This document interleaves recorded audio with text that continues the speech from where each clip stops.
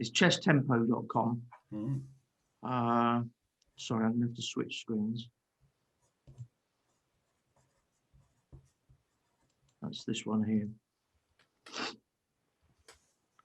So I'm subscribed to this. It is quite vicious when you get things wrong. So it does, you know, you get a bonus for solving the problem more quickly. But chesstempo.com I think is good. Another one. Oh, okay. This is a little more esoteric now. Let's see if I can log into this. I may not have a current subscription because normally I have to ask Tony Costin to give me one. Publishing, and this is called chesspublishing.com. This is a bit more esoteric and probably not many people have used this. You stop sharing. Oh, there we go. Yeah. So chesspublishing.com is run by Tony Costin, grandmaster, English grandmaster who lives in France. But what happens is, can you see these openings on the left-hand side? Yes. Yeah. Yeah. So he has a bunch of different people who all keep these various sections up to date with the latest theory.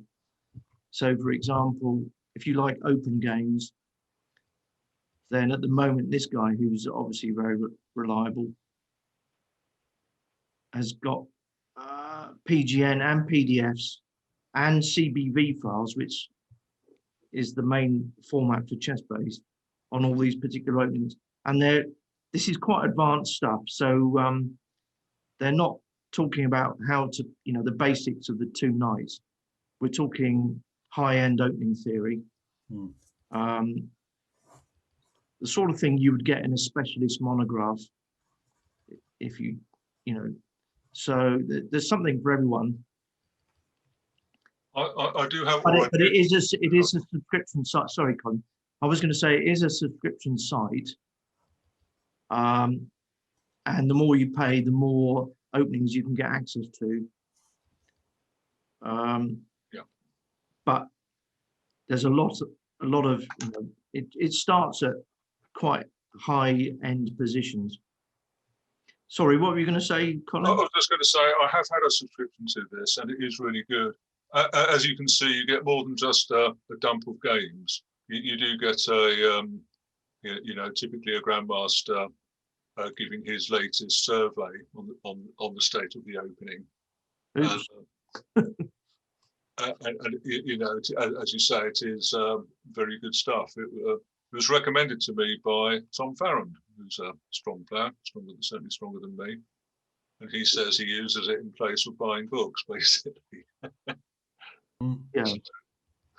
I mean, the thing is, what you find that there are people who have a particular expertise on a particular opening, and they maintain the section on that opening. Yeah. And so it's from the perspective of experts. Okay. So that's the place to go if you want to keep up to date with an opening that's really high end that you already know a lot about. It's Yeah. kind of a top up over and above the basics. Yeah, high end opening theory. That I would say that is. Just one or two more, and then it's time for me to stop. Probably. We've covered Chessable, so I won't mention that again. But it isn't free, or largely isn't free. Now there is one for children that I recommend, which is Play Magnus, mainly available on mobile devices. So you Magnus Brodie Cooper. Sorry? Is that Magnus Brodie Cooper? Yeah, that's what happens. Yeah.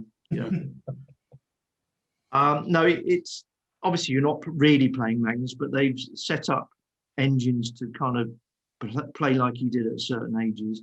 I can't really demonstrate it easily, but you just set the age and then you play against that age. So it's good for children to play. And then I was going to mention, just because I can, my own site.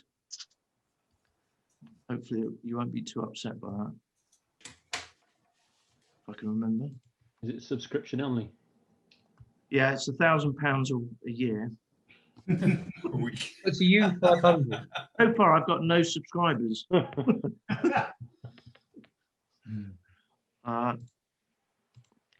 Yeah, so British Chess News, I started in 2016. The main emphasis at the moment is book reviews.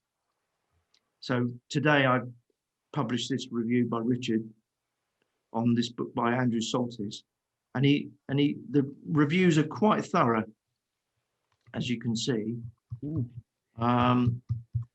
One of the things I try and get the people that do the reviews is talk about a lot of chess. So Richard's done some reviews, Richard Webb, which are worth looking at on some particularly technical books.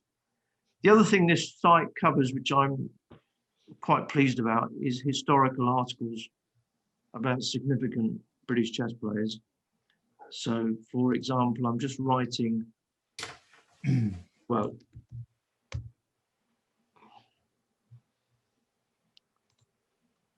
and this is really of only interest to people that are interested in chess history and all the rest of it. So it's not for everybody, but hopefully there's stuff of interest to people here. And generally speaking, each of these articles contains annotated games from those players. Anyway, a little advert for my own site. Yeah, looks good. There's about 600 articles on there at the moment. And I think it's true to say that some of the talks you've done for our Tuesday night meetings have been based on those articles, haven't they? Yeah, I've done the research, and then that's helped me. Yeah. Yeah. I came upon the site, John, before I realised that you actually had started it, and it hasn't changed my opinion of it. It's very good. That could have gone either way, really. Couldn't it? Could have done. But thanks for that endorsement, and the check will be in the post. Excellent. All right. Well, those were the main things I wanted to talk about, really. Thanks, Probably John. the one that's most obscure for most people is chesspublishing.com, I suspect. Yeah, But, it was I'm very sure, interesting. Yeah. You know, probably someone like Colin would find it interesting because it contains a lot of analysis that isn't generally available.